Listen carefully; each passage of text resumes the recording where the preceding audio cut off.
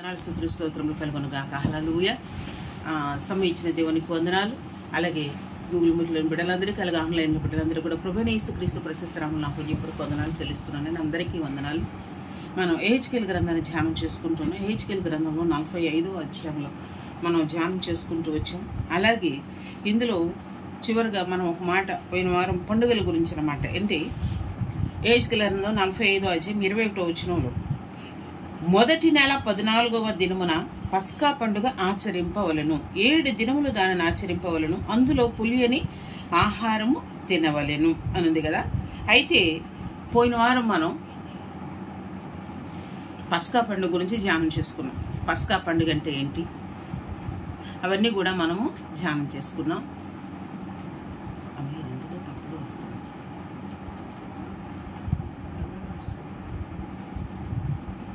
దేవునికి మహిమ కలుగునుగాక. దేవునికి పస్కా పండుగ అంటే ఏంటి అని అంటే, నిర్గమకాండం 12వ అధ్యాయంలో మనం ధ్యానం చేసుకున్నాం. అది ఇశ్రాయేలు యొక్క క్యాలెండర్లో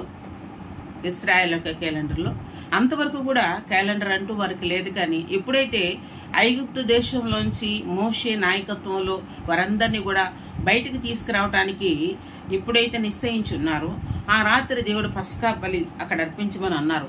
అలాగా ఆ ఐగుప్తుని విడిచిపెట్టేసి వచ్చేస్తున్నారు. ఆ వచ్చేస్తున్న సందర్భంలో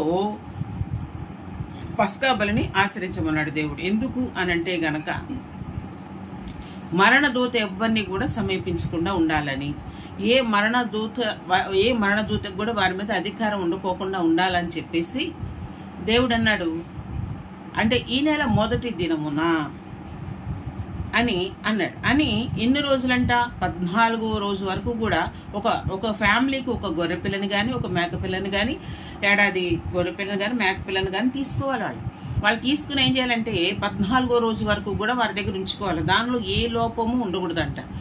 ఏ లోపము లేకోకుండా దాన్ని అలా ఉంచి 14వ రోజు సాయంత్రం దాన్నంట దేవుడు ఎలాగైతే చెప్పారో ప్రభు, అలాగే దాన్ని ఏం చేయాలా? వాళ్ళందరూ కూడా దాన్ని వధించి, అలాగే దాని యొక్క రక్తాన్ని పళ్ళెంలో పోసి, ఆ హిస్సోపు కుంచుతో వారు ఏ గృహాల్లో ఉన్నారో ఆ గృహాలకి ఏం చేయాలా? నిలువు కమ్మికి అడ్డ కమ్మికి కూడా దాన్ని ప్రోక్షించాలి, దాన్ని రాయాలి. రాసినప్పుడు వాస్తవంగా నిలువు కమ్మికి నిలువుగా, అడ్డ కమ్మికి అలాగే వేసినప్పుడు అది ఏ ఆకారంలోకి వస్తుంది? శిల్వాకారంలోకి వస్తుంది కదా. అయితే ఏ గుమ్మం మీద, ఏ ఇంటి ద్వారం మీద అది ఉంటుందో, ఆ గుర్తు ఉంటుందో, మరణ దూత ఇంటిని దాటి వెళ్ళిపోయిందంట. యెహోవా రాత్రి ఆ యొక్క ఐగుప్తు దేశం అంతా సంచారం చేశారని చెప్పేసి నిర్గమకాండం 12వ అధ్యాయంలో మనం చదువుతాం. అలాగే అయితే ఆ యొక్క ఐగుప్తీయులందరూ కూడా అంట ప్రతి ఒక్కరింట్లో కూడా వాళ్ళ యొక్క ప్రతి ఇంట్లో కూడా వాళ్ళకు ముందు పుట్టినటువంటి బిడ్డలందరూ కూడా చనిపోయారు. ప్రతి ఇంట్లో మరణ ఘోష వారికి. ఎందుకంటే వారి ఇంటి మీద ఏం లేదు, పస్కా బలి పశువు యొక్క గుర్తు లేదు కనుక.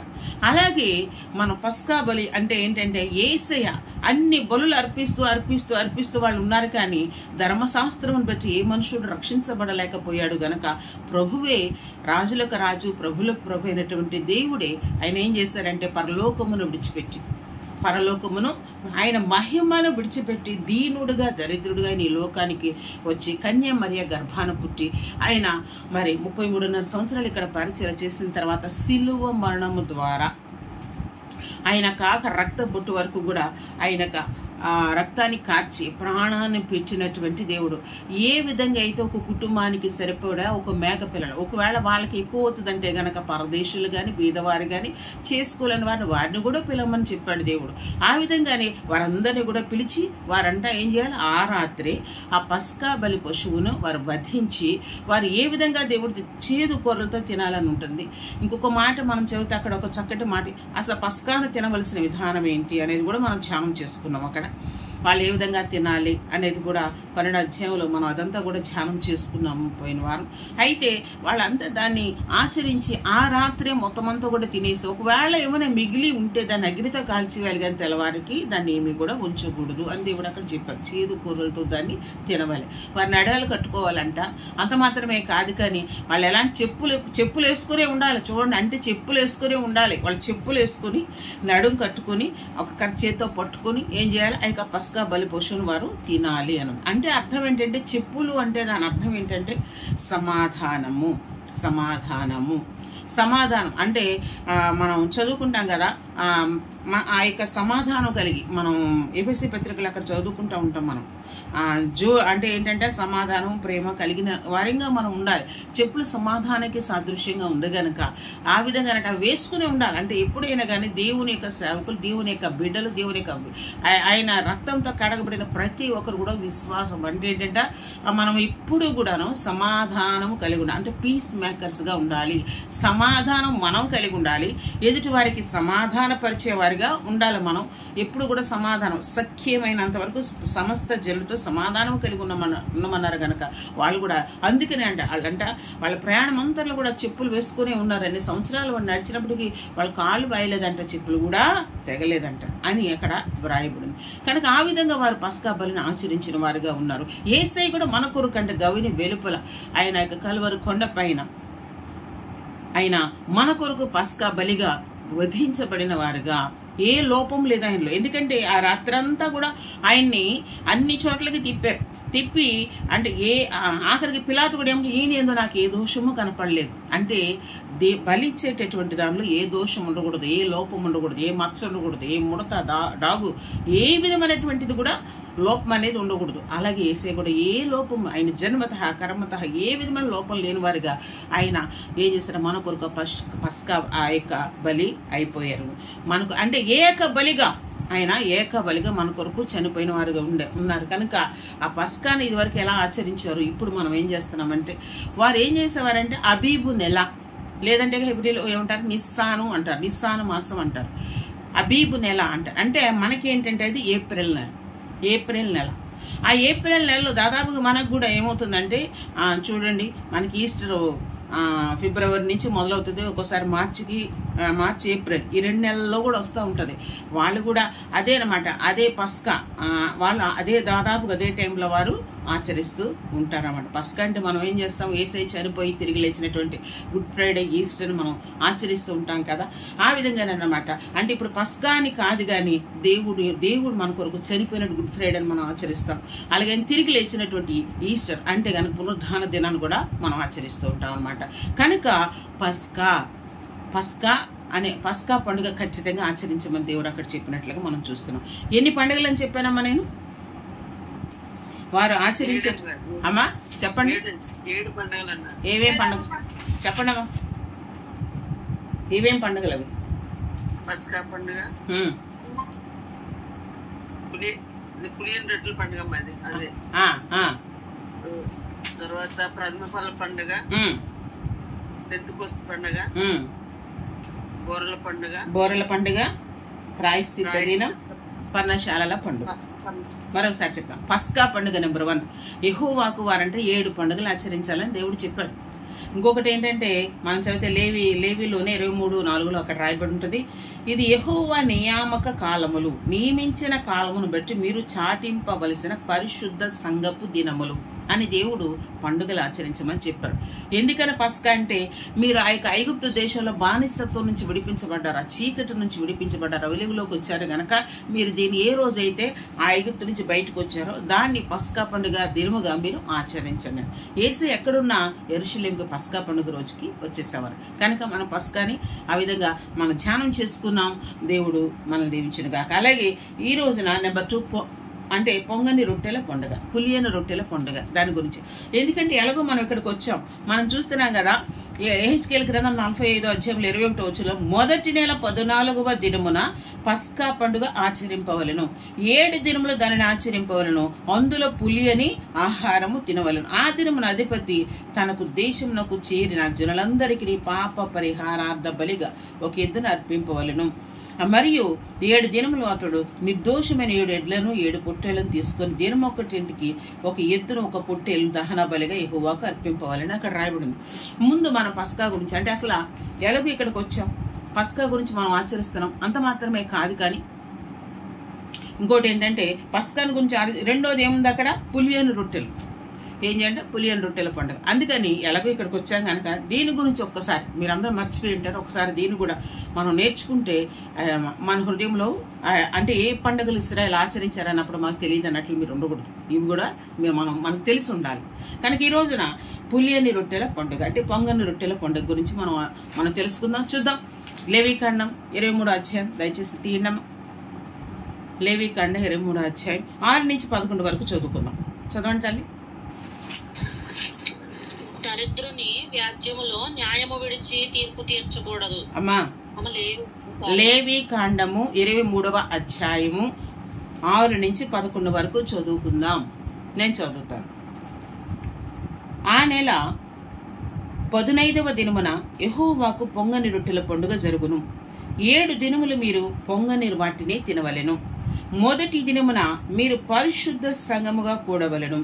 అందులో మీరు జీవనోపాధి అనే ఏ పనియూ చేయకూడదు. 7 దినములు మీరు యెహోవాకు హోమార్పణము చేయవలెను. 7వ దినమున పరిశుద్ధ సంఘముగా కూడవలెను. అందులో మీరు జీవనోపాధి అని ఏ పని చేయకూడదని వారితో చెప్పాను. 9వ వచనం. మరియు యెహోవా మోషేకు ఇలాగ సెలవిచ్చాను, నీవు ఇశ్రాయేలులో ఇట్లనము, నేను నీకు ఇచ్చుచున్న దేశమునకు మీరు వచ్చి దాని పంటను పోయినప్పుడు మీ మొదటి పంటలో ఒక పనును యాజకుని యొద్దకు తేవలెను అని. అంటే యెహోవా మిమ్మల్ని అంగీకరించినట్లు ఇది మళ్ళా వేరే. ఇంతవరకు కూడా మనం చదువుకుంటే పస్కా పండుగ మొదటి నెల మొదటి దినం నుంచి 14వ రోజు వరకు ఉండాలి. 14వ రోజు రాత్రి పస్కాను ఆచరించాలి. అలాగే దాని వెనకాలే వచ్చేది ఏంటంటే పులియని రొట్టెల పండుగ. అంటే పులియని రొట్టెల పండుగ అంటే పులియకూడదనమాట. అప్పటికప్పుడు పిండిని కలుపుకొని అప్పటికప్పుడు ఆ రొట్టెలు చేసుకొని తినేసేయాలి అన్న. అది ఎప్పటి నుంచి ఎప్పటి వరకు అని అంటే కనుక మొదటి నెల మొదటి నుంచి 14వ రోజు వరకు పస్కా పండుగ అయితే 15వ రోజు నుంచి వారం రోజులంటే 22 అంటే ఎన్నో రోజులండి 14, 15 నుంచి కూడాను వారం రోజులు 22 రోజులు. 22వ రోజు వరకు కూడా దేన్ని ఆచరించాలి? పులియని రొట్టెల పండుగ. అంటే ఎందుకు అని అంటే గనక పులిసింది దేనికి సాదృశ్యం అంటే అది పాపానికి, శాపానికి అది సాదృశ్యంగా ఉంది గనక ఏ పాపము అంటే వాళ్ళు చేసిన అపరాధములు బట్టి పాపము బట్టి దేవుడు వారిని ఐగుప్తు దేశములో ఆ యొక్క ఐగుప్తు రాజుకి చెరలోకి వారు వెళ్ళిపోయారు, బానిసత్వంలోకి వారు వెళ్ళిపోయారు గనక ఆ బానిసత్వంలో చాలా భయంకరమైన బాధలు, శాపాన్ని అనుభవించారు, పాపాన్ని అక్కడ ఎంతో భయంకరమైన బాధలు వారు అనుభవించారు గనక ఆ పులిసిన పిండి అనేటువంటి ఆ యొక్క బానిసత్వం నుంచి ఆ యొక్క శత్రువు యొక్క బంధకాల నుంచి, ఫరో యొక్క బంధకాల నుంచి వారు విడిపించబడి బయటకు వచ్చారు కనుక దేవుడు అంటున్నాడు పులిసిన దాన్ని ఇంకా వదిలిపెట్టేసి మీరు ఏం చేయాలి? పులిన రొట్టెల పండుగ ఎన్ని రోజులంట? 7 రోజులు మీరు ఆచరించమని దేవుడు అక్కడ చెప్తున్నట్లుగా మనము చూస్తూ ఉన్నాం. కనుక పులిన రొట్టెల పండుగను ఆచరించమని దేవుడు అంటూ ఉన్నాడు. వారు ఏం చేశారంట? ఆ రోజు అయిపోయిన తర్వాత పస్కా బలి అయిపోయిన తర్వాత అంట వారు చేసుకున్నట్టు అప్పటికప్పుడు ఉన్నటువంటి ఆ యొక్క పిండి ముద్దను ఏం చేశారంటే వెంటనే వాళ్ళంటే మూట కట్టుకుని ఉన్న పళంగా అక్కడి నుంచి బయలుదేరి వచ్చేసారంట. అంటే వారికి అవి చేసుకునేంత టైం కూడా లేదు. కానీ దేవుడు త్వరపడి ఇంకా చెప్పనా వాళ్ళు చెప్పులు వేసుకుని వాళ్ళు పడుకుని ఉండేవాళ్ళంట. అంటే ఎప్పుడు ఎక్కడికి ప్రయాణం అయిపోవాలో, ఎలా వెళ్ళిపోవాలో వాళ్ళ ప్రయాణ పద్ధతి ఇదే అని దేవుడు మాట్లాడుతున్నాడు. అంటే మేఘం వారు ఎదురుకుండా వెళ్తూ ఉండేది. మేఘం ఆగితే గనక వాళ్ళు ఆగిపోవాలి. అంటే ఆ మేఘం వెళ్తూ ఉంటే వారి ముందు వారు వెళ్తూ ఉండేవారంట. ఆ విధంగా అనమాట. కనుక వాళ్ళంటే చాలా అలర్ట్గా ఉండేవారు. అంటే దేవునికి భయపడిన వారిగా, దేవునికి లోబడిన వారిగా, దేవునికి మహిమకరంగా ఇశ్రాయేలు అందరూ కూడా భయం అనమాట. ఏమైపోతామో, దేవుని యొక్క కోపం, దేవునికి ఉగ్రత మన మీదకి వస్తుందేమో అనేసి వాళ్ళు భయపడుతూ వాళ్ళంట ఆ విధంగా ప్రయాణం చేస్తున్నారు. అయితే నిజంగా అక్కడి నుంచి బయటకు వచ్చిన తర్వాత ఎర్ర సముద్రం అడ్డం వచ్చినప్పటికీ దాన్ని కూడా అవన్నీ దాటుకుని వారు వచ్చారు. అయితే దేవుడు అంటున్నాడు అన్నమాట పులిసినది ఏది కూడా మీలో ఉండకూడదు అన్నట్టు. మనం చూస్తే నిర్గమాకాండం చూద్దాం. చూడండి, పస్కా అయిపోయిన తర్వాత ఏ విధంగా వారు బయటకు వచ్చారనేది నిర్గమాకాండం 12వ అధ్యాయం 11వ వచనం. 12-11 నిర్గమ. మీరు దానిని తెరవలసిన విధమేదనగా మీ నడుము కట్టుకుని, మీ చెప్పులు తొడుక్కొని, మీ కర్రలు చేత పట్టుకొని త్వరపడుచు దాన్ని తినవలను. అది యెహోవాకు పస్కా బలి. చదువు. ఆ రాత్రి నేను ఐగుప్తు దేశమందు సంచరించి ఐగుప్తు దేశమందలి మనుషులలోనే గాని జంతువులలోనే గాని తొలి సంతతి అంతయు హతము చేసి ఐగుప్తు దేవతలకు అందరికీ తీర్పు తీర్చెదను. నేను యెహోవాను. మీరున్న ఇండ్ల మీద ఆ రక్తము మీకు గుర్తుగా ఉండును. నేను ఆ రక్తమును చూసి మిమ్మల్ని నశింపజేయక దాటిపోయేదను. నేను ఐగుప్తు దేశమును పాడు చేయుటకు మిమ్మల్ని సంహరించుటకు తెగులు మీ మీదికి రాదు. కాబట్టి ఈ దినము మీకు జ్ఞాపకార్థమైన దినమగును. మీరు యెహోవాకు పండుగగా దాన్ని ఆచరింపవలను. అందుకని పస్కా పండుగను ఆచరించేవారు. ఈ తరములకు నిత్యమైన కట్టడగా దానిని ఆచరింపవలను. 7 దినములు పులియని రొట్టెలను తినవలను. ఎలాగంట 7 దినములు పులియని రొట్టెలను తినవలను. మొదటి దినమున మీ ఇండ్లలో నుండి పొంగినది పారవేయవలను. పొంగింది ఏమన్నా ఉందా? చాలా మంది చూసారా, అంటే పొంగటం అంటే గర్వానికి సాదృశ్యం. పొంగిపోవటం అంటే అమ్మో వీళ్ళకి అసలు భూమి భూలోకం పట్టట్లేదు, కొంచెం కలిసి వచ్చేసరి తర్వాత ఆస్తులు సంపాదించుకున్నారు, ఇల్లు కట్టుకున్నారు, కార్లు కొనుక్కున్నారు, అసలు భూమి భూలోకం పట్టట్లేదు ఏంటి అని అంటే కనుక గర్వం అని అంటారు. 73వ కీర్తనలో కూడా ఒక మాట రాయబడి ఉంటుంది. ఏమనంటే అబ్బో వారి నాలుగు భూసంచారం చేస్తుందంట, అంటే వారి గర్వాన్ని అంటే కంఠహారములో ధరించారని చెప్పేసి అక్కడ రాయబడి ఉంటుంది. కనుక ఇక్కడ పులిసింది ఏది కూడా మన జీవితంలో ఉండకూడదు. పులిపిండి అనేది ఇంకొకటి తెలుసా, కొంచెం పులిపిండి ఉందనుకో దాన్ని మంచి బుద్ధలా కలుగుతుంది, అది కూడా మొత్తం నాశనం అయిపోతుంది, అది కూడా పులిసిపోతుంది. కనుక పులిసింది అనేది మన జీవితంలో ఏది కూడా ఉండకూడదని ఇక్కడ చెప్తుంది. 7 దినములు పులియని రొట్టెలను తినవలను. 15వ వచనంలో మొదటి దినము నా మీ ఎండ్లలో నుండి పొంగినది పారవేయవలను. మొదటి దినము మొదలుకొని 7వ దినము వరకు పులిసిన దానిని తిను ప్రతి మనుషుడు ఇశ్రాయేలును కొట్టివేయబడును. పులిసిందేది కూడా అంటే ఐగుప్తులో బతికున్నావు కదా, ఐగుప్తు ఆశలు నీలో ఇంకేమైనా ఉన్నాయా, లోకాశలు ఏమైనా ఉన్నాయా, ఐగుప్తును విడిచిపెట్టేసి వచ్చేస్తున్నాయి, వాటిని కూడా విడిచిపెట్టి వచ్చేసే ఏ పులిపిండి ఐగుప్తు ఆశలైనటువంటి పులిపిండి ఏది కూడా మీలో ఉండకూడదు అని దేవుడు చెప్పాడు. కానీ వాళ్ళు అక్కడి నుంచి ఎర్ర సముద్రం దాటి బయటకు వచ్చి దేవుడు అంత అద్భుతాలు చేసినప్పటికి కూడా మోషేలను చాలా విసిగించారు. ఎందుకంటే మనుషులైతే ఐగుప్తులోంచి బయటకు వచ్చారు, కానీ ఐగుప్తు ఆశలు వారి హృదయంలోంచి బయటకు పోలే. అంటే దేవుడు కోరుకునేది ఏంటంటే నీ హృదయములు, నీ అంతరంగంలో సున్నతి కోరుకుంటున్నాడు, నీ శరీరంలో సున్నతి కోరుకుంటున్నాడు. అంటే పరిపూర్ణమైన మారు మనసు నీ యొక్క శరీరంలోనూ ఉండాలి, నీ యొక్క మనసులో కూడా ఉండాలి. కానీ ఇంకా ఏంటంటే చాలా మంది ఈ రోజున కొంతమంది అయితే అంటే చాలా మంది మారు మనసు పొందుతున్నారు, బాప్తిసం తీసుకుంటున్నారు, దేవుని బిడ్డలకు ముద్రించబడుతున్నారు, బాగుంటున్నాం అనుకుంటున్నారు. కానీ ఆ యొక్క కొన్ని ఏంటంటే విగ్రహాలకి ఆ యొక్క ఆరాధన చేసింది, ఆ యొక్క కొన్ని పద్ధతులు వారి జీవితాల నుంచి పోవట్లేదు అనమాట. అంటే ఏంటంటే విగ్రహారాధన అలాంటి పరిస్థితులు అన్నమాట. వాళ్ళు దేవునిలోకైతే వస్తున్నారు, కానీ వాళ్ళ హృదయంలో ఆ యొక్క పాత ఆచారాలన్నీ కూడా ఉండిపోయి ఆ విధంగా అలా అంటే ఏంటంటే విగ్రహారాధన. చాలా మంది విగ్రహారాధన అంటే విగ్రహాలు పెట్టి దానికి పూజ చేయటం అనుకుంటారు. అది కాదు. దేవుని కంటే ఎక్కువగా నువ్వు దేని ప్రేమించినది విగ్రహంతోనే సమానం.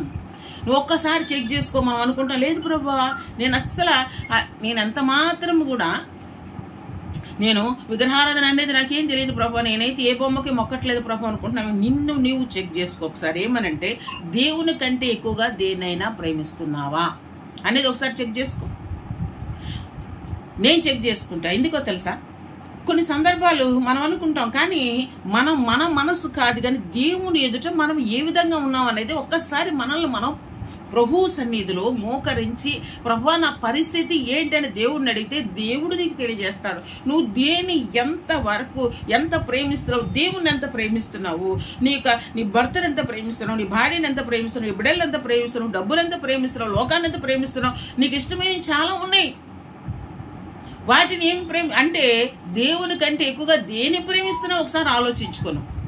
ఎందుకంటే అనుకుంటాం, కానీ మనం చాలా మటుకు అబ్బో మే దేవుని నో. ఎందుకంటే మనం దేవుని ప్రేమించే వారమైతే దేవునికే ఎక్కువ సమయాన్ని కేటాయిస్తాం. మనకి ఇష్టమైన వాళ్ళ కోసం ఎంత కష్టమైనప్పటికీ కూడాను, ఎంత ఒంట్లో బాగోపోయినా వాళ్ళ కోసం ఏమి చేయటానికైనా వెనకాడం. మనం ఏది కావాలంటే అది చేసి పెడతాం. మరి ప్రభువు కోసం ఏం చేస్తున్నాను? ప్రభు అంటే ఇష్టమే, నువ్వంటే నాకు చాలా ఇష్టమే అనుకుంటాం మనం. కానీ ఇష్టం అనుకున్న వాళ్ళం ఇష్టంగా ఉంటున్నామా? ఇష్టమైన కార్యాలు చేయాలి. ప్రభు అంటే ఇష్టం అనుకుంటే మొదటి సమయాన్ని ఆయనకి ఇవ్వాలి, ప్రథమ స్థానం ఆయనకి ఇవ్వాలి. ఆయన ప్రేమించే వారుగా మనం ఉండాలి. ఒకవేళ అలాంటి స్థానం నువ్వు ఇవ్వకోకుండా నువ్వు నీ ప్రథమ సమయాన్ని, ప్రథమ స్థానాన్ని నువ్వు ఎవరికి ఇస్తున్నావు అనేది దేవుని సన్నిధిలో మోకరించి అడుగు. దేవుడు చెప్తాడు నీకు. అప్పుడు చెప్పినప్పుడు నువ్వు సరి చేసుకుంటే దేవుడు అంటమాట ఏంటంట, దేవునికి ప్రథమ స్థానం ఇస్తున్నాను కనుక దేవునికి ఇష్టంగా నేను బ్రతుకుతున్నాను అనుకో. వాళ్ళు ఐగుప్తు దేశంలోంచి బయటకు వచ్చారు, కానీ ఇశ్రాయేలీలు ఐగుప్తు ఆశలు వారిలో ఉన్నాయి. ఎందుకంటే అరణ్యంలోకి వచ్చిన తర్వాత వారు అంటున్నారు, మేము ఐగుప్తులో ఉండగా అన్నం కూరలు అన్నం డేక్షాలు దగ్గర పెట్టుకుని కడుపు నిండా కాకరకాయలు కేకరకాయలు అన్నీ కూడా మేము తినేవాళ్ళం, మాంసం తినేవాళ్ళం అని మోషే మీద సడిగిన వారిగా వారు ఉన్నారు. అక్కడ దేవుడు ఆలకించాడంట, ఆ మాటలు ఆలకించాడు. ప్రభువా వీళ్ళు కొంచెం ఉంటే నన్ను రాళ్ళతో కూడా చంపేస్తారేమో అన్నాడు మోషే. అంటే ఎంతగా బాధ పెట్టారో మోషేని వాళ్ళందరూ కూడాను. అందుకని దేవుడు తాపకరమైన సర్పాలు అరణ్యంలో వారి మీదకి రప్పించినప్పుడు వారందరూ కూడా అప్పుడు మోషే దగ్గరకు వచ్చి మోషే ప్రార్థన చేయమన్నప్పుడు అంట ఇత్తడి సర్పాన్ని ఎత్తైన స్థలంలో పెట్టినప్పుడు దాన్ని నిదానించి చూసినప్పుడు అంట అందరూ ఎవరైతే ఆ యొక్క ఇత్తడి సర్పాన్ని చూసారో వారు అక్కడ బతికారు అని రాయబడి ఉంది. ఇప్పుడు దేవుని బిడ్డ సణుగుడు గొణుగుడు ఎప్పుడు మన జీవితంలో ఉండకూడదు. ఒక్కసారి నువ్వు ఆలోచించుకో, నువ్వు దేవునికి ప్రథమ స్థానం ఇస్తున్నావా లేదా అని మోకరించి దేవుని సదులు అడిగితే దేవుడు నీకు చెప్తాడు. నేను ఇంకొకటి ఏంటి తెలుసా, అడగటం కాదు కానీ మనం సరి చేసుకోవాలి. మన జీవితంలో దేవునికి ప్రథమ స్థానం మనం ఇస్తున్నామా లేదా, దేవుని ప్రేమిస్తున్నామా లేదా, ప్రేమిస్తే అలా ఉన్నాం మనం.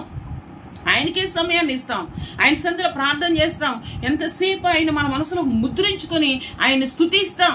ఏ పని చేస్తున్నా ఆయన స్తుతిస్తాం, ఏ పని చేస్తున్నా ఆయన మనం గణపరుస్తాం. మనం ఒకవేళ నీలో పులిసిందేమన్నా ఉందనుకో నువ్వు స్తుతించలేవు. ఎందుకంటే లోకాశలు నీలో ఉన్నప్పుడు, లోకంలో నువ్వు ఉన్నప్పుడు, మనిషివైతే దేవుని మందిరంలో ఉంటావేమో, దేవుని సందులో ఉన్నట్టు దేవుని బిడ్డగా ఉన్నట్టుగా నువ్వు పేరైతే ఉందేమో, కానీ నోమినల్ క్రిస్టియన్ అంటే నామకార్థపు క్రైస్తవురాలివే, కానీ నీలో ఎంత పులిపిండి అనేటటువంటిది ఏంటంటే భక్తిహీనత అని పులిపిండి నీ జీవితంలో ఉంది. అందుకని నువ్వు పైకి రాలేకపోతున్నావు. ప్రియ దేవుని బిడ్డ, నువ్వు ఒకసారి నువ్వు చెక్ చేసుకొని నువ్వు ఏది విడిచిపెట్టాలో దాన్ని విడిచిపెట్టేసి దేవుని సందులో ఉన్నప్పుడంట దేవుడు నిన్ను బహుగా దీవిస్తాడు. దేవునికి మహిమ కలుగును గాక. అంటే లోకంలో ఏమున్నాయి, సాతాను ఉన్నాడు.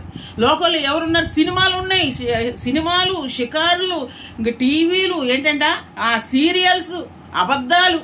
అసలు ఆ నోరు తెరిస్తే దేవుని బిడ్డలో అని చెప్తాను, నోరు తెరిస్తే అబద్ధాలు, చాలా నిజంగానే అబద్ధాలు ఆడతాం.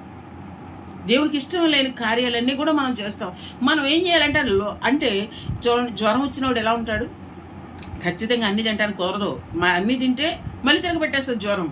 పచ్చం చేయాల, పచ్చం చేసినప్పుడు ఆ జ్వరం తగ్గుతుంది అంట. అలాగే దేవుని బిడ్డలైన వారు కూడా లోకంలో బ్రతుకుతున్నప్పుడు పచ్చం చేసేవారుగా, అంటే లోకంలో లోకస్తుల్లా కలిసిపోకూడదు, కానీ లోకంలో ప్రత్యేకించబడిన వారిగా మనం ఉన్నప్పుడంట పులిపిండి లేని వారిగా మనం ఉంటాం. ఏ పులిపిండి నీ జీవితంలో నేను చెడిపేస్తుందో, ఏ భక్తిహీనత, ఒకవేళ ఏ విధమైనటువంటి గర్వం నీలో ఉందో, అసూయ ఉందో, ద్వేషం ఉందో, మత్సరం ఉందో, కోపం ఉందో, పాపం ఉందో, అలాంటి పులిపిండిని మనం తీసేసుకున్నప్పుడు అంటే దేవుని సందులో ఎలా ఉంటామంట దేవునికి మహిమకరంగా జీవించే వారంగా మనము ఉంటాం. ఐగుప్తు నుంచి బయటకు వచ్చి ఐగుప్తాస్తులు వదిలిపెట్టకపోతే వేస్ట్. కనుక ఒకవేళ లోకంలో ఏదైతే ఏ విధమైన పులిపిండి నీ జీవితంలో ఉండి నేను నాశనం చేస్తుందో నువ్వు గమనించుకుని దేవుని సన్నిధిలో సరి చేసుకుంటే ఎలా ఉంటావు, దేవునికి ఇష్టమైన బిడ్డగా నువ్వు ఉంటావు.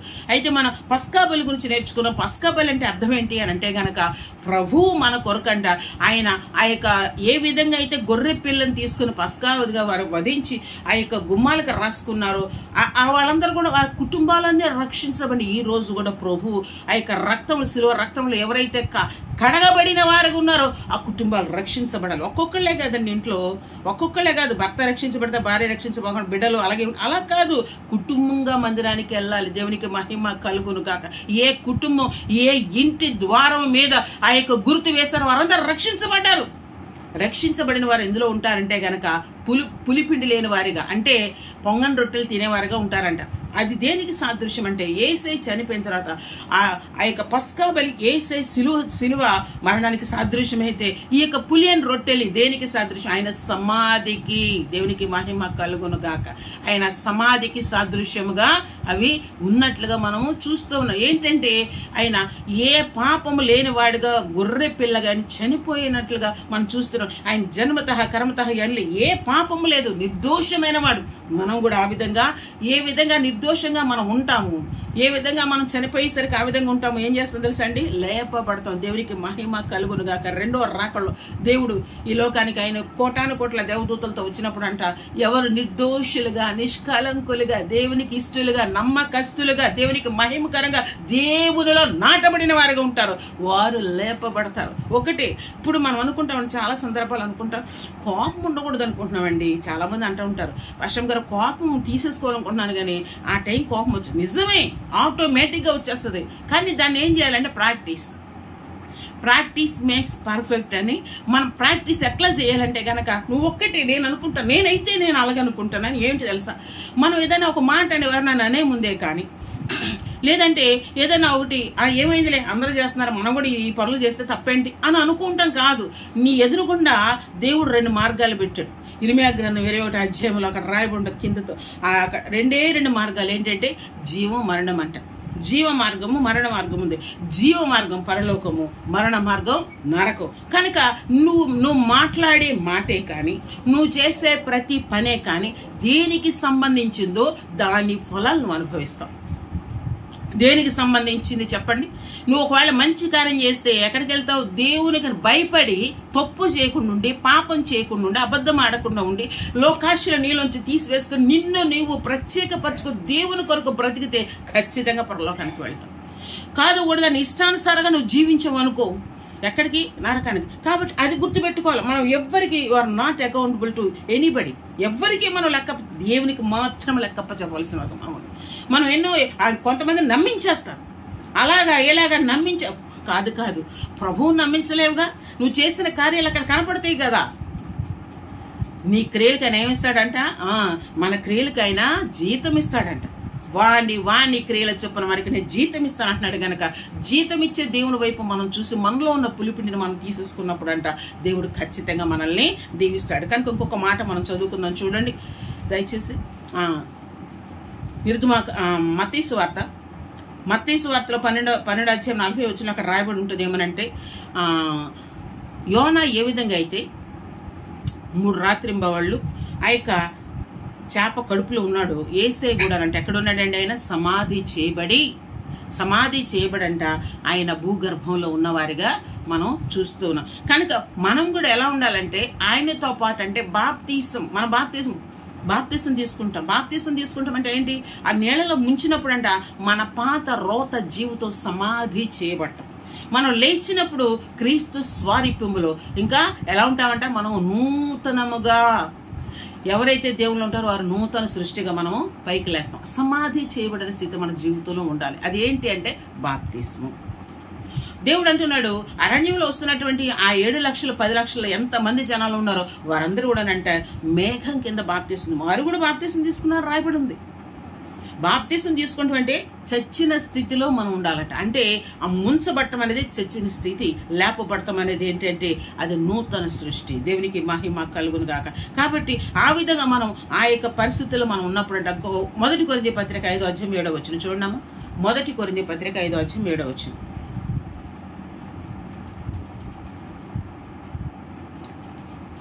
ఆరు నుంచి చదువుకుందామే. మీరు అతిశయపడుట మంచిది కాదు. పులిసిన పిండి కొంచెమైనను ముద్దంతా పులియజేయనని మీరు ఎరగరా? మీరు పులిపిండి లేనివారు గనక క్రొత్త ముద్ద అవుటకే ఆ పాతదైన పులిపిండిని తీసి పారవేయుడి. ఇంతే కాక క్రీస్తు అను మన పస్కా పశువు వధింపబడెను గనుక పాతదైన పులిపిండితోనైనను దుర్మార్గతయు దుష్టత్వమును పులిపిండితోనైనను కాకుండా ఎలా ఉండాలంట? నిష్కాపట్యమును సత్యమునను పులియని రొట్టెలతో పండుగ ఆచరింతము. ఎలా ఉండాలంటండి? పులిసిన పిండి కొంచెం ఉంటే ముద్దంతా కూడా నాశనం అయిపోతుందని ఇక్కడ రాయబడి ఉంది. మనం 6వ వచనం చూడండి, 5:6 1 కొరింథీ పత్రిక 5వ అధ్యాయం 6వ వచనంలో మీరు అతిశయపడుట మంచిదిగా. దేన్ని బట్టి అతిశయిస్తున్నాం? పౌలు గారు అంటారు ప్రభువునందు అతిశయించడం తప్పితే వేరేది నాకు ఏది కూడా తెలియదు అంటాడు ఆయన. ప్రభువునందు అతిశయం దేనికి? డబ్బుండి అతిశయించి, బంగారం ఉండి అతిశయించి, ఉద్యోగాన్ని బట్టి అతిశయించి, దేని బట్టి అతిశయిస్తున్నావు? అది మంచిది కాదు పులిపిండి అని దేవుడు ఇక్కడ మాట్లాడుతున్నారు. మీరు పులిపిండి లేని వారు గనుక కొత్త ముద్ద ఒకటకే పాతదైన పులిపిండిని పారవేడు. కొత్త ముద్ద మనం అవ్వాలంటే ఏం? మన జీవితంలో ఉన్న పాత పిండి, పులిసిన పిండి తీసి అవతల పడేసినప్పుడట కొత్త ముద్దగా, కొత్త సృష్టిగా నీవు చేయబడతావు.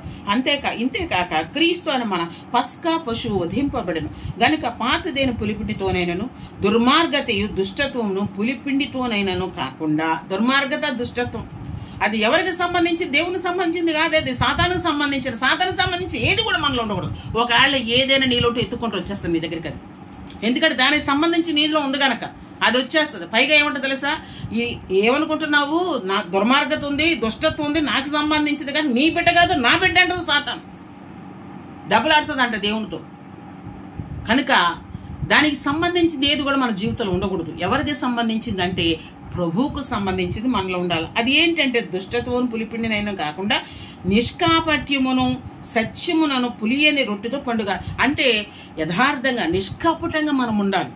సత్యమును అనుసరించి సత్యానికి స్తంభాలుగా మనం ఉన్నప్పుడు మనం ఎలా ఉంటామంటే అండి, దేవునికి సంబంధించింది మనలో ఉన్నప్పుడు మనం దేవుని బిడ్డలం. దేవుడు అంటాడు, ఏయ్ నా బిడ్డ మీద నీకు అధికారాలు పో సాతాను అంటాడు. అంటే దేవుని ఆధిపత్యంలో దేవుని యొక్క అధికారంలో నువ్వు ఉన్నప్పుడంట నీకే కీడు రానీయుడు, ఏ తెగులు నీ దగ్గరకు రానీయుడు. ఇందాక మనం నిర్గమాకాండం 12వ అధ్యాయంలో చదువుకున్నాం. ఏ తెగులు నీ దగ్గరికి రాదట ఎప్పుడు దేవుడు నీలో ఉన్నప్పుడు. కనుక దేవునికి సంబంధించిన మనం ఎలా ఉండాలంటే దేవుని మహిమార్థం ఉండాలంటే దేవునికి సంబంధించిన మనలో ఉండాలి. అప్పుడు సాతాను నీ దగ్గరికి రాదు. కన్నీరు గార్చి ప్రార్థన చేస్తానంటే సాతానికి మంటలు పుట్టిపోద్దంట. అది అసలు రానే రాదు నీ దగ్గరికి. కనుక ఏ పులిసిన పిండి నీ జీవితంలో ఉందో, పులిసిన పిండి నీలో ఉంటే ఖచ్చితంగా వచ్చేస్తుంది. కనుక దాన్ని తీసివేసుకో. ఒక్కటే నువ్వు ఆలోచించుకో. 2 మార్గాలు, పరలోకం ఉంది, నరకం ఉంది. నువ్వు దేనికి సంబంధించిన పనులు చేస్తున్నావు, దేనికి సంబంధించిన మాటలు మాట్లాడుతున్నావు, ఏ విధంగా నువ్వు బ్రతుకుతున్నావు అనేది ఒక్కసారి నువ్వు ఆలోచించుకుంటే దాన్ని బట్టి నీ లైఫ్ ఏంటి అనేది అక్కడ నిర్ణయించుంటుంది. నేను చేయలేదు ప్రాపండి కుదరదు. నీ లైఫ్ అంతా అక్కడ చక్క సినిమాలా చూపించేస్తాడు దేవుడు. అదంతా కూడా అక్కడ వీడియోలాగా చక్కగా వచ్చేస్తే నేను కాదు అంటానికి ఉండదు. కనుక దేవుని సందులో మనం సరి చేసుకున్నప్పుడు అంటే ఇంకొక మాట మనం చదువుకున్నాం. ఏ పులిపిండి మనలో ఉండకూడదు. ఇంకొక మాట మనం చదువుకొని చూడండి. గలతీ పత్రిక 2వ అధ్యాయం 20వ వచనం. గలతీ పత్రిక 2వ అధ్యాయం 20వ వచనం చదువు. నేను క్రీస్తుతో కూడా సిలువ వేయబడి ఉన్నాను, జీవించేవాడు నేను కాదు, క్రీస్తే నా యందు జీవించుచున్నాడు. నేను ఇప్పుడు శరీరమందు జీవించుచున్న జీవితము నన్ను ప్రేమించి నా కొరకు తను తాను అప్పగించుకొనిన దేవుని కుమారుని అందలి విశ్వాసము వలన జీవించుచున్నాను. నేను దేవుని కృపను నిరర్థకము చేయను. నీతి ధర్మశాస్త్రము అపోస్తలుడైన పౌలు గారు ఏమంటున్నారు? బ్రతుకుటైతే నేను పానార్పణగా పోయబడ్డాను, పులిపిండి ఏది కూడా లేదు, నా గురి ఒకటే ప్రభు. బ్రతుకుటైతే క్రీస్తు కొరకు, చావైతే మేలని మాట్లాడుతున్నాడు అపోస్తలుడైన పౌలు. అంటే బ్రతుకుటైతే క్రీస్తు కొరకే బ్రతకాలి, చావైతే నాకు మేలు, నేను ప్రభు దగ్గరికి వెళ్ళిపోతాను అని.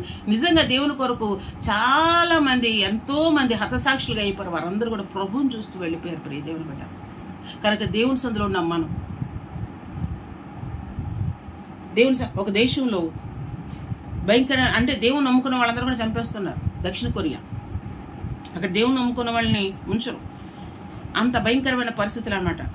అయితే ఒక కుటుంబం అంటే దేవుని నమ్ముకున్నారు, భార్య భర్త బిడ్డలు. వాళ్ళు నమ్ముకున్నారని తెలిసింది. వాళ్ళని తీసుకెళ్లారు. ఎక్కడ పెట్టారు తెలుసా? సముద్రంలో చక్కగా నీళ్ళలో పెట్టేశారు. వాళ్ళు పెట్టేసి పిల్లల్ని, ఆ భార్య భర్తలు ఎదురుకుండా పిల్లల ముందు ముంచేస్తున్నారు. ఎందుకంటే మీరు దేవుని విడిచిపెట్టేస్తారా, దేవుని నమ్ముకుంటారా అని అడుగుతున్నారు. నువ్వు నాకు అక్కర్లేదు దేవుడు అంటే మీరు బ్రతికే చెల్లి, మాకు కావాలి దేవుడు అంటే మీరు చనిపోతారు, ఇందులో ముంచేస్తాం అని ప్రభుత్వం వాళ్ళు అంటున్నారు. అక్కడ అంటున్నప్పుడు ముందుగా తల్లిదండ్రులు ఎదురుగా బిడ్డలు తీసుకెళ్ళి ఆ నీళ్ళలో ముంచేస్తున్నారు. ముంచేస్తుంటే భర్త అంటే అయ్యో అంటే భార్య గట్టిగా పట్టుకుని అందంట, ఏంటి కొంచెం సేపు మనం ఉంటే కనుక పరలోకంలో దేవుని దగ్గరికి వెళ్ళిపోతాం కదా, ఎందుకు మనం వెళ్ళిపోతాం, మన బిడ్డలు వెళ్ళిపోతారు, మీరు అసలు ఏమనొద్దు అనేసి అలా ఆపిందంట. ఆ భార్య భర్తలు ఎదురకుండా ఆ బిడ్డలు ముంచేశారు నీళ్ళలో. ఆ తర్వాత భార్య భర్తలు కూడా చనిపోయారు. కుటుంబం అంతా కూడా పరలోక రాజ్యములు హతసాక్షులు అయిపోయిన వారు ఉన్నారు. ఇప్పుడు ఈ దేవుని బిడ్డ ఈ రోజున మనం అనుకుంటాం, అయ్యో వాళ్ళు ఎందుకు చచ్చిపోయారు, వాళ్ళ దేవుడు ఎందుకు వాళ్ళని రక్షించలేదు అంటారు. ఎవరైతే అలా చనిపోతాం చూశారో వాళ్ళు ఈ రోజున ఒడ్డు నుండి చూసిన వారందరూ కూడా అనుకున్నారంటే వాళ్ళ దేవుడు ఎంత గొప్పవాడు కాకపోతే వాళ్ళు అలా చనిపోయారని చెప్పంటే. ఈ రోజు పాల్ యాంగ్చో గారి చర్చిలో వాళ్ళ గొప్ప నాయకులుగా ఉన్నారంట. ఆ ఒడ్డును చూసిన వారు, వాళ్ళు చనిపోతాను చూసిన వారు పాల్ యాంగ్చో గారి చర్చిలో చాలా పెద్ద వాళ్ళ ఎల్డర్స్గా ఉన్నారంట ఈ రోజున. తెలుసా, మన ఎప్పుడైనా కానీ ప్రభు కొరకు ఏది చేసినా అది వ్యర్థం కాదు. వాళ్ళు అనుకున్నారు నేను బ్రతికైతే దేవుని కొరకే, చావైతే లాభం అనుకున్నారు. వాళ్ళు చనిపోయారు. వాళ్ళు చనిపోతే వాళ్ళతోటే పోలేదు. కానీ ఆ యొక్క స్థితి చూసిన వారు అనేక మంది అక్కడ రక్షించబడ్డారు. వాళ్ళ దేవుడు ఎంత గొప్ప దేవుడు కాకపోతే దేవుడి కోసం వాళ్ళు చనిపోయారు అనుకుని అనేక మంది ఈ రోజు రక్షించబడిన వారు ఉన్నారంట. కనుక ప్రభు కొరకు మనం బ్రతికే వారుగా ఉన్నప్పుడంట దేనికి కూడా భయపడాల్సిన అవసరం లేదు. కానీ నువ్వు నిలబడితే నీ కోసం ప్రభు నీకంటే ముందుగా నీ కుడిపార్శ్వన నిలబడతారు. నేను కాచి కాపాడే గొప్ప దేవుడు అయిన గనక. ఇంకొక మాట మనం చూస్తే గనక మనం హెబ్రీ పత్రిక 7వ అధ్యాయంలో మనం చదువుకున్నాం, మనం ధ్యానం చేసుకున్నాం. ఏంటంటే గనక అబ్రహాం అంట మెల్కీసెదెకుకి ముందుగా ఆయన దశమ భాగం ఇచ్చారని మనం చదువుకున్నాం. అక్కడ రాయబడి ఉంటుంది హెబ్రీ పత్రికలో 7వ అధ్యాయంలోనే 7వ అధ్యాయం 10వ వచనంలో ఏలయనగా మెల్కీసెదెకు అతని పితరుని కలుసుకున్నప్పుడు లేవి తన పితరుని గర్భంలో ఉండేను. అంటే అబ్రహాం గారంట దశం భాగం తీసుకెళ్లి మెల్కీసెదెకు ఇచ్చినప్పుడంట అబ్రహాము గర్భంలో 4వ తరంలో ఉన్నటువంటి లేవి గర్భంలో ఉన్నాడు. ప్రియ దేవుని బిడ్డ, ఆ విధంగా అది ఉంటే గనక ఈ రోజున ప్రభువుని యేసుక్రీస్తు నీ కోసం నా కోసం కూడా ఆ యొక్క సిలువలో ఆయన చనిపోయిన రక్తం కార్చి ప్రాణం పెట్టినప్పుడు అంట ఆయన గర్భంలో ఎవరున్నారంటే గనక మనం ఉన్నామంటే ఈ రోజున ఆ రక్తంతో ఎవరైతే కడగబడుతున్నారో ఆ యొక్క సిలువ వైపు ఎవరైతే భూదిగంత నివాసులారా నా వైపు చూసి రక్షణ పొందిన దేవుడు మాట్లాడారు. ఆయన యొక్క సిలువ వైపు చూసిన వారందరూ రక్షించబడుతున్నారు. ఇవి ఎవరైతే ఆ రక్తలో కడబడుతున్నారు ఆయన గర్భంలో మనం ఉంటామంట. ఎక్కడుంటామని తెలుసా? ఆయన గర్భంలో దాచబడిన వారు పరలోక రాజ్యములో యుగ యుగాలు ఆయనతో పాటు జీవించే ఆ ధన్యకరమైన జీవితం మనకి ఇస్తాడు గనక ఆ సిలువ మరణాన్ని, ఆయన యొక్క త్యాగాన్ని, యాగాన్ని మనం గుర్తు చేసుకొని ఆయన మన కొరకు సమాధి చేయబడిన స్థితి అంటే సమాన అనుభవం కలిగిన వారంగా ఎవరైతే ఆయన యొక్క రక్తంలో కడగబడిన వారుగా ఆ యొక్క బాప్తిసం ద్వారా ముంచబడితేరంట వాళ్ళు ఎలాంటి చచ్చిన వారి గుండి మరలా తిరిగి నూతన సృష్టిగా ఉంటారు. ఎవరు నూతన సృష్టి ఉంటారో వారు పరలోక రాజ్యానికి వారసులుగా ఉంటారు. అట్టి గొప్ప ధన్యత ఏ పులిసింది ఏది కూడా మన జీవితంలో ఉండకుండా ఈ రాత్రి మోకరించి ప్రభువా నిజమే నాకు తెలియకుండా ఏ పులిపిండి నా జీవితంలో ఏలుబడి చేస్తుందో నాయన, ఏ సాతాను నా మీద ఏలుబడి చేస్తుందో నాయన, ఆ పులిపిండి నుంచి నాకు విడుదల కలుగొచ్చే పులిని రొట్టెగా నాన్న చేయనాయన, నీ చేతిలో ఉన్న రొట్టెగా నాన్న చేయనాయన, నీ చేతిలో వాడబడే పాత్రగా నన్ను చేయి ప్రభువా, నీ ఆత్మతో నన్ను అభిషేకించే ప్రభువా అని నువ్వు ప్రార్థించి ఈ రాత్రి కలిసి నువ్వు ప్రార్థించి నీలోని పులిపిండినంతా తీసేస్తాడు. దేవుని చేతిలో ఉన్నటువంటి ఆ యొక్క చక్కని రొట్టెగా నువ్వు దేవుని సందులో దేవునికి మహిమకరంగా ఉండుగాక, పరలోక రాజ్యానికి వారసులు ఉండుగాక. అట్టి గొప్ప ధన్యత భాగ్యం ఈ రాత్రి కాల్సిన దేవుడు మనందరికీ దయచేయను గాక. ప్రార్థన చేసుకుని పరిశుద్ధులైన మా దేవ మీకే వందనాలు, స్తుతులు, స్తోత్రాలు నాయన. ఇంతవరకు మీ కృపలో మీ కాపుదల భద్రపరిచే విధానం బట్టి మీకు వందనాలు అయా. నా తండ్రి ఇదిగో నా యెహోవాకి 7 పండుగలు ఆచరించమన్నారు నాయన. 7 పండుగలో మొదటిది నా ప్రభా పస్కా. అవును ప్రభా, పస్కా బలి పశువుగా మా కోసం దిగొచ్చింది దేవుడు నాయన. ఏక బలిగా నా ప్రభు మా కొరకు నాయన అయా. నా తన త్యాగాన్ని చేసి ఈ లోకంలో మా కొరకు ప్రాణం పెట్టేవారు ఎవరు కూడా లేరు, కానీ మీరు మా కోసం ప్రాణం పెట్టారయ్యా. ప్రాణం పెట్టినంతగా మమ్మల్ని ప్రేమించారయ్యా. ఆ విధంగా ప్రేమించే భాగ్యం మాకు దయచేయండి. ఏ పులిపిడి మా జీవితంలో లేకుండా సమస్తమైనటువంటి సాతాను సంబంధమైన పులిపిడిలని యేసు నామములో ఒక్కొక్కరి జీవితంలో వచ్చి దేవుడు తీసి వేయును గాక. ఇప్పుడే యేసు నామములో ఆ పులిపిండి అనేటువంటి గర్వం, అసూయ, ద్వేషం, అసనం, వాటన్నిటి కోపం, పాపం నాయన, వాటన్నిటి నుంచి నా ప్రభు నా తండ్రి నా ప్రభు ఏ గర్వం మాలో వెలువడచ్చు వాటన్నిటి నుంచి అటువంటి పులిపినటువంటి వాటి నుంచి యేసునామములో విడుదల కలుగును గాక. అయా నూతనమైన సృష్టిగా అయా మీరు ఆ మహిమార్థం మమ్మల్ని చేయడి నాయన. మీ బిడ్డలుగా మమ్మల్ని ముద్రించండి నా ప్రభు అయా. పరలోక రాజ్యానికి వారసులుగా చేసి ఏ పులిపిడి లేనటువంటి వారముగా అయా పొంగని రొట్టెలుగా నా ప్రభు మీ చేతిలో నాయన అది ఆచరించమన్నారు కనుక చక్కగా ఆచరించి పరలోక రాజ్యానికి వారసులుగా ఉంటారు. యుగ యుగాలు మీతో పాటు జీవించే ధనికరమైన జీవితం మాకు అనుగ్రహించి మీరు మహిమ పొందమని సమస్త మహిమ ఘనత ప్రభావం మీకు ఆరోపిస్తూ యేసు నామములో పెట్టి అడిగి వేడుకుంటున్నాం పరమ తండ్రి. ఆమేన్.